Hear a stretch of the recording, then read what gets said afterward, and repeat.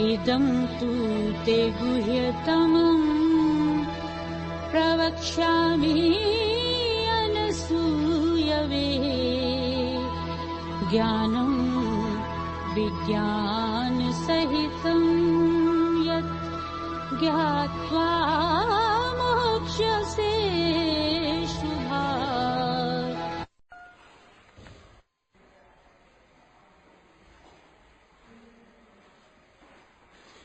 श्रीमद् भगवद गीता 9वां अध्याय तत्व का गुह्य ज्ञान। श्लोक 1। श्री भगवान ने कहा, हे अर्जुन, मैं दोष मुक्त तुम्हें विज्ञान युक्त केवल शुद्ध भक्ति लक्षण से युक्त यह ज्ञान कहूंगा, जिसे जानकर तुम इस दुखमय संसार से मुक्त हो जाओगे।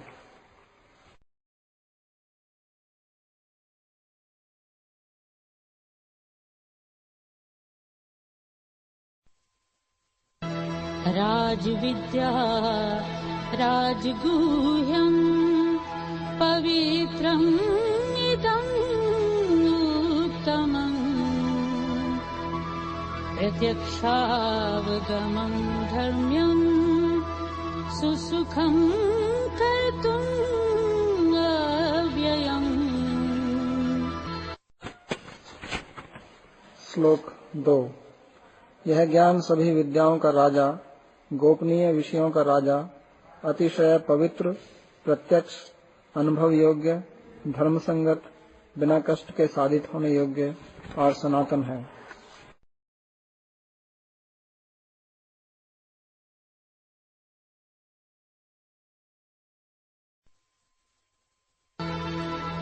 अश्रद्धानाः पुरुषाः धर्मस्य अस्य परन्तप अप्राप्य मां निवर्तन्ते मृत्यु संसारकर्मणि।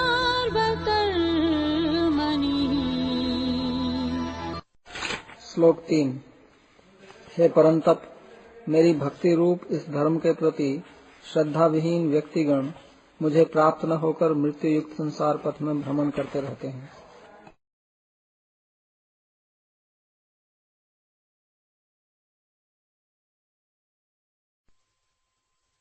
मया ततम् इदं सर्वं जगत् अव्यक्तमूर्तिना मत्स्थानि सर्वभूतानि न चाहं तेषु अवस्थिताः। श्लोक 4। इंद्रियातीत मेरी मूर्ति द्वारा यह संपूर्ण जगत व्याप्त है तथा समस्त भूत मुझ में अवस्थित हैं, किंतु मैं उनमें अवस्थित नहीं हूँ।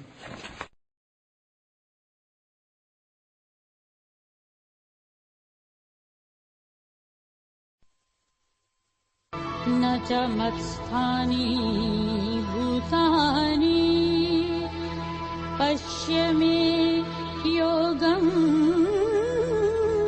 ऐश्वरम्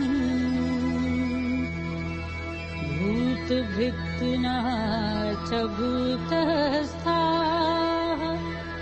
मम आत्मा भूतभावना। श्लोक 5। मेरे असाधारण योग ऐश्वर्य को तो देखो, भूत समूह मुझ में अवस्थित नहीं भी हैं। यद्यपि मेरा स्वरूप भूत धारक तथा भूत पालक का है, तथापि मैं उनमें अवस्थित नहीं हूँ।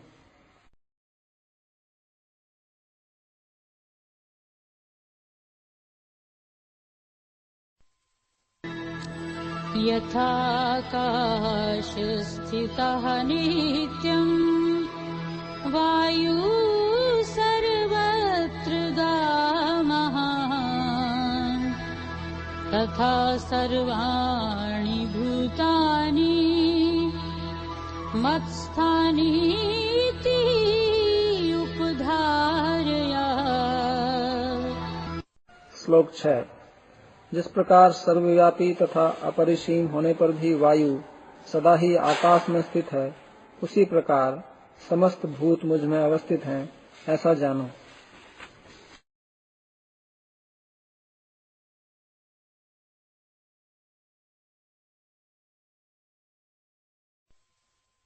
सर्वभूतानि कौन्तेय प्रकृतिं यान्ति मामिकाम्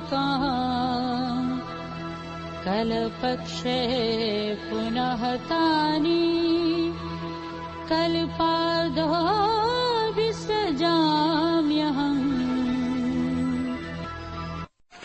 श्लोक 7।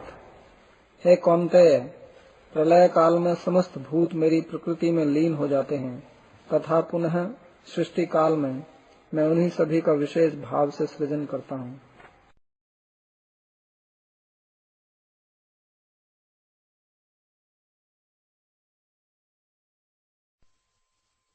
प्रकृतिं स्वाम अवष्टभ्य विसृजामि पुनः पुनः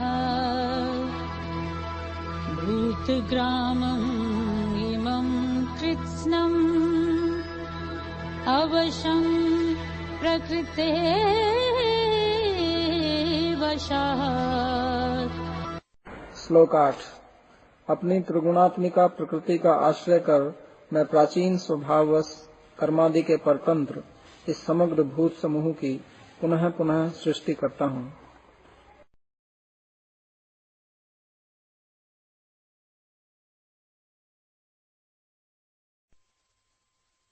न च मां तानि कर्माणि निबध्नन्ति धनञ्जय उदासीनवत् आसीनम् असक्तं तेषु कर्मसु। श्लोक 9। हे धनंजय, उन सृष्टि आदि कर्मों में अनासक्त और उदासीन की भांति अवस्थित मुझे वे कर्म नहीं बांधते हैं।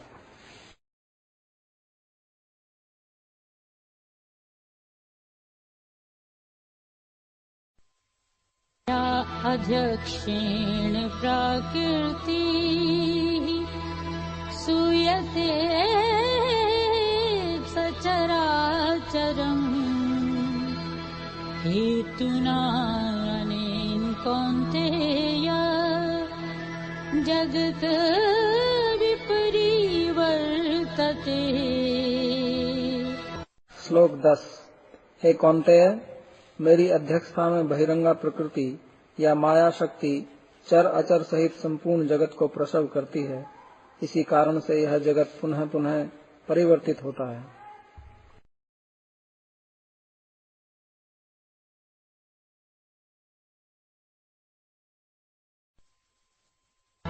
अवजानन्ति मां मूढाः मानुषीं तनुम् आश्रितम्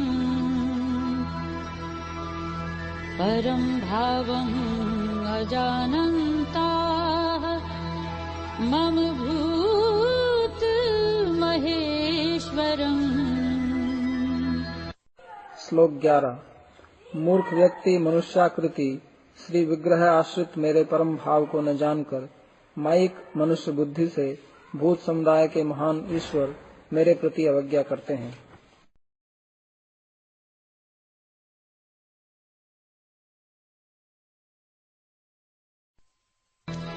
मोघाशा मोघकर्माणाः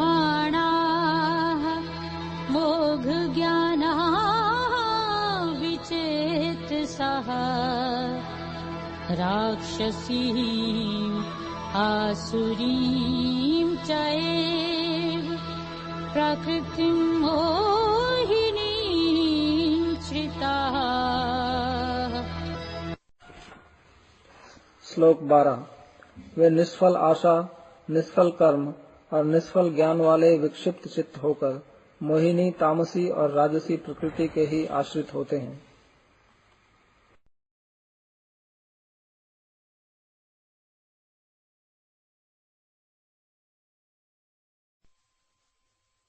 महात्मानः तु मां पार्थ देवीं प्रकृतिम् आश्रिताः भजन्ति अनन्यमनसाः ज्ञात्वा भूतादिम् अव्ययम्। श्लोक 13। हे पार्थ, किंतु महात्मागण दैवी प्रकृति का आश्रय कर मुझे समस्त भूतों का आदि कारण तथा अविनाशी जानकर अनन्य चित्त से निरंतर मेरा भजन करते हैं।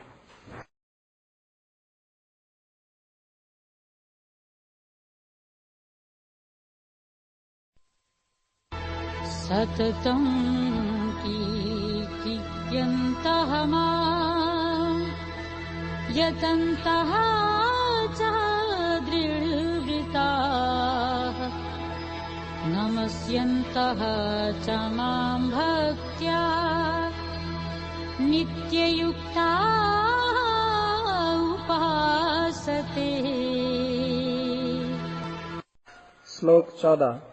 वे निरंतर मेरे नाम गुण रूप लीला आदि का कीर्तन करते हुए दृढ़व्रती होकर यत्न करते हुए तथा भक्ति सहित प्रणाम करते हुए नित्य युक्त भाव से मेरी उपासना करते हैं।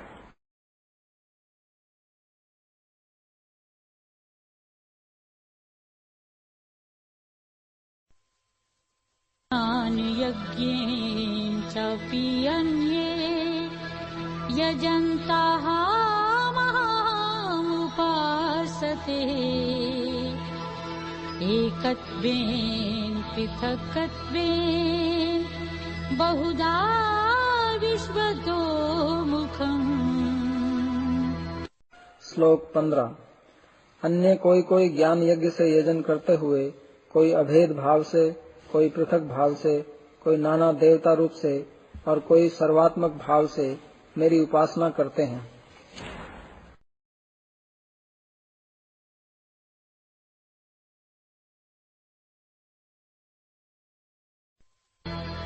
अहं कर्तु अहं यज्ञः स्वधाहं औषधम्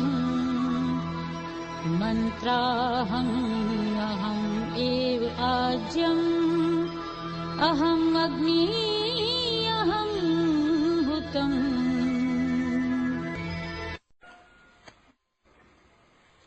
श्लोक 16।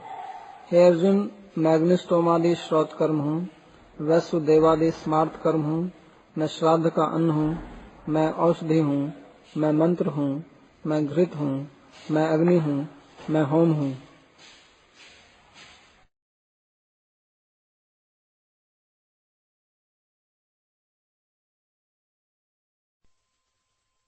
पिताहं अस्य जगताः माता धाता पितामहः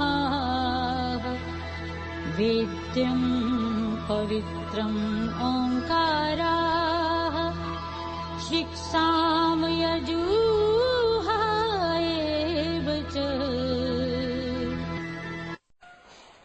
श्लोक 17। मैं ही जगत का माता पिता धाता और पितामह हूँ। मैं ज्ञेय वस्तु हूँ, मैं शोधक हूँ, मैं ओमकार हूँ एवं मैं ही ऋक् साम यजुर्वेदादि हूँ।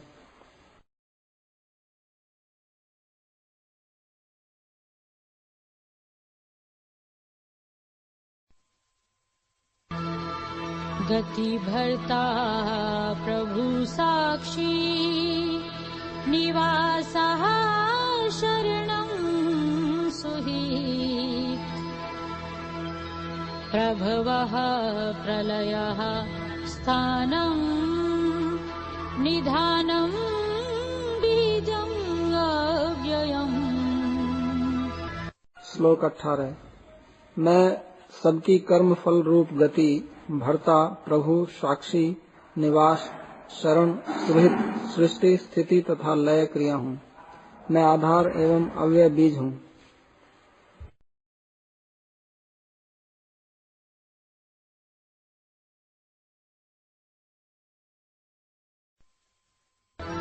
तपामि अहं अहं वर्षं निगृहामि उत्सृजामि च अमृतं चैव मृत्यु च सत् असत् चाहं अर्जुन। श्लोक 19। मैं ही ताप प्रदान करता हूँ, वर्षा देता हूँ तथा उसका आकर्षण करता हूँ। मैं अमृत हूँ, मैं मृत्यु हूँ तथा मैं ही स्थूल और सूक्ष्म समस्त वस्तु हूँ।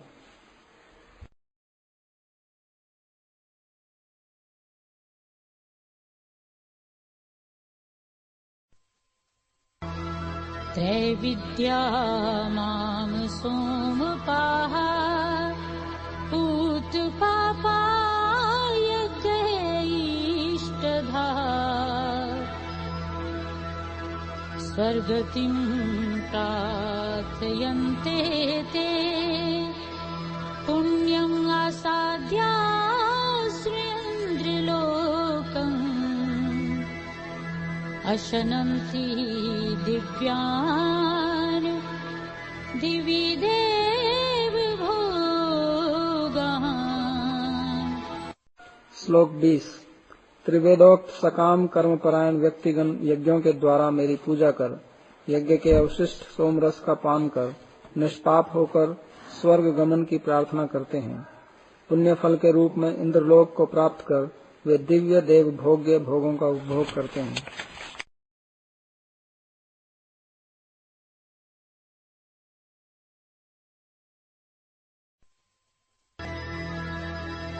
एतं भुक्त्वा स्वर्गलोकं विशालं क्षीणे पुण्ये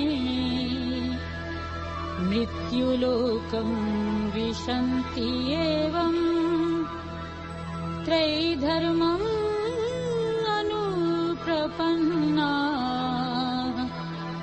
गतागतं काम कामाः लभन्ते।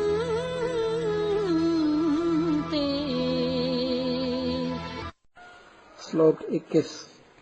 वे उस विशाल स्वर्गलोक का भोग करने के पश्चात पुण्य के क्षीण होने पर मृत्युलोक में पतित होते हैं। इस प्रकार तीनों वेदों में उक्त सकाम कर्मों का अनुष्ठान करने वाले पुनः पुनः संसार में आवागमन को प्राप्त होते हैं।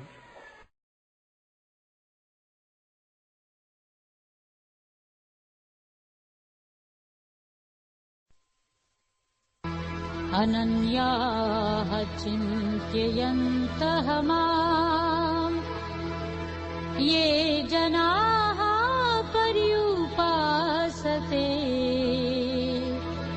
तेषां नित्याभियुक्तानां योगक्षेमं वहाम्यहम्। श्लोक 22। अन्य कामना रहित तथा मेरी चिंता में निरत जो व्यक्तिगण सर्वतो भावेन मेरी उपासना करते हैं, नित्य मुझ में एक निष्ठ उन व्यक्तियों का योग और क्षेम मैं वहन करता हूँ।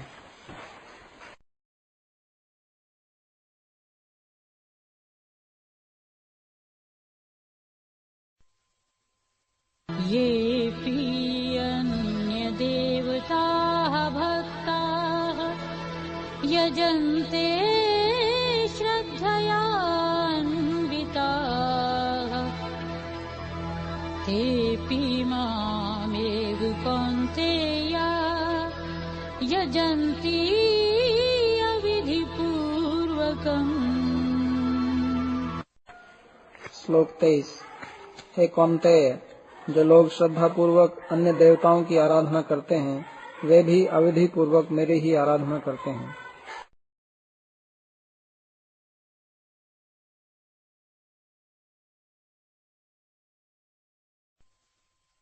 अहं हि सर्वयज्ञानां भोक्ता च प्रभु एव च न तु मामभिजानन्ति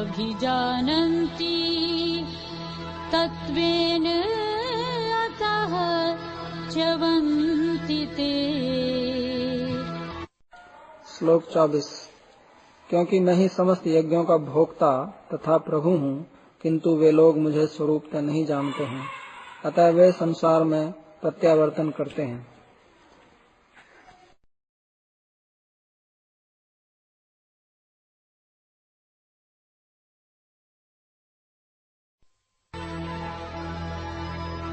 यान्ति देवृताः देवान् पितॄन् यान्ति पितृव्रताः भूतानि यान्ति भूतेज्याः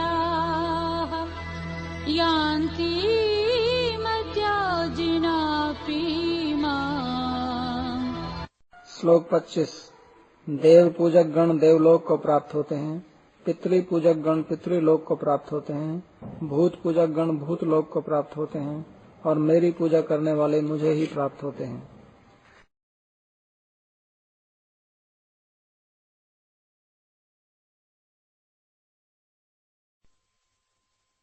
पत्रं पुष्पं फलं तोयं यः मे भक्त्या प्रयच्छति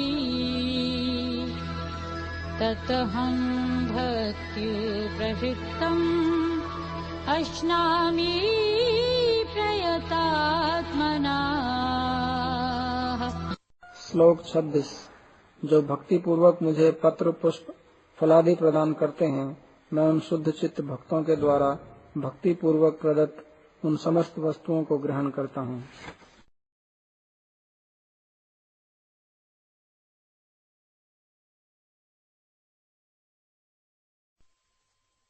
क्रोशीयत अश्नासि यत जुहोषि ददासि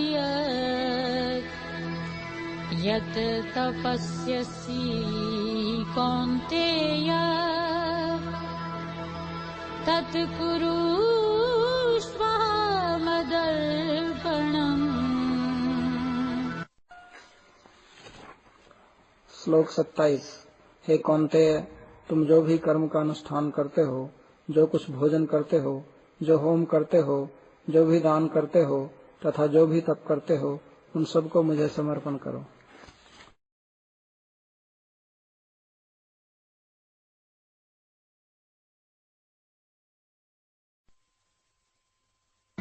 शुभ फल एवं मोक्ष्यसे कर्म बंधने संन्यासयोग युक्तात्मा विमुक्तः मानुपेष्यसि। श्लोक 28।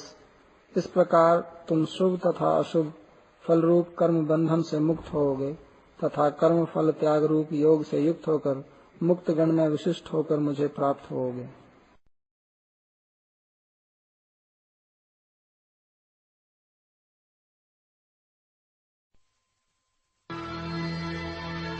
समहं सर्वभूतेषु न मे द्वेष्यस्ति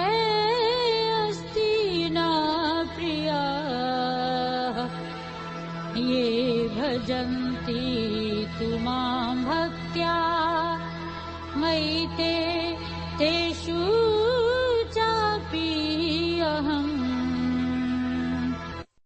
श्लोक 29। मैं सभी भूतों में सम अर्थात समदर्शी हूँ, न तो कोई मेरा अप्रिय है और न ही प्रिय है, किंतु जो भक्ति पूर्वक मुझे भजते हैं वे जिस प्रकार मुझ में आसक्त हैं, मैं भी उनमें उसी प्रकार आसक्त रहता हूँ।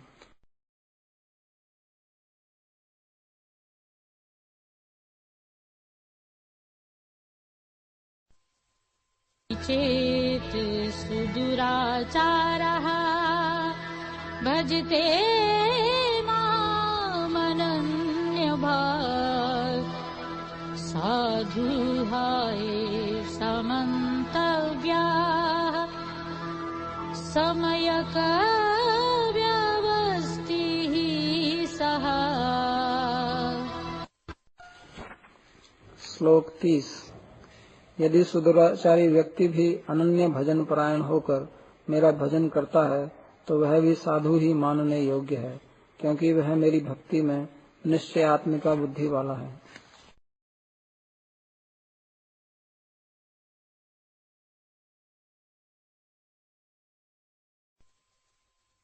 ब्रह्मभवति धर्मात्मा शाश्वता शान्तिं निगच्छति कौन्तेय प्रतिजानीहि न मे भक्ताः प्रणश्यति। श्लोक 31।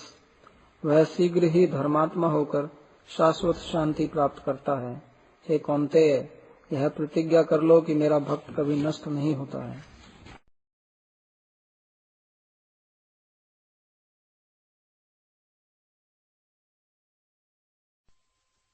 मां हि पार्थ्यपाश्रित्य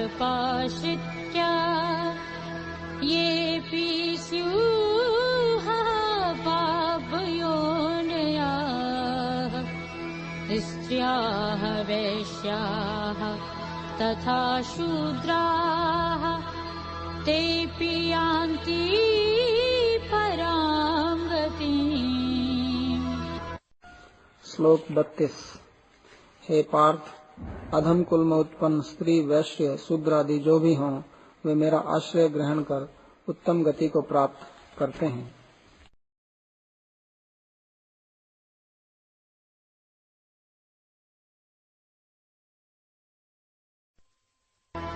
किं पुनः ब्राह्मणा पुण्याः भक्ताः राजऋषया तथा अनित्यम् असुखं लोकम् इमं प्राप्य भजस्व माम्। श्लोक 33।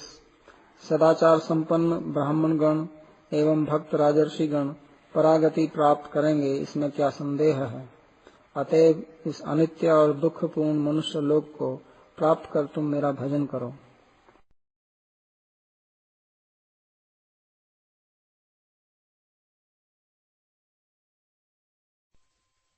मना भव मधुभक्ताः मद्याजी मां नमस्कुरु मामेव एष्यसि युक्त्वा एवं आत्मानं मत्परायणाः।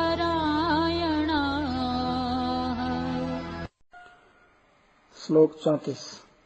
मेरे परायण चित्त वाला मेरा भक्त तथा मेरे पूजा परायण हो, इस प्रकार तुम देह और मन को मुझ में नियुक्त कर मेरे परायण होकर मुझे ही प्राप्त होगे।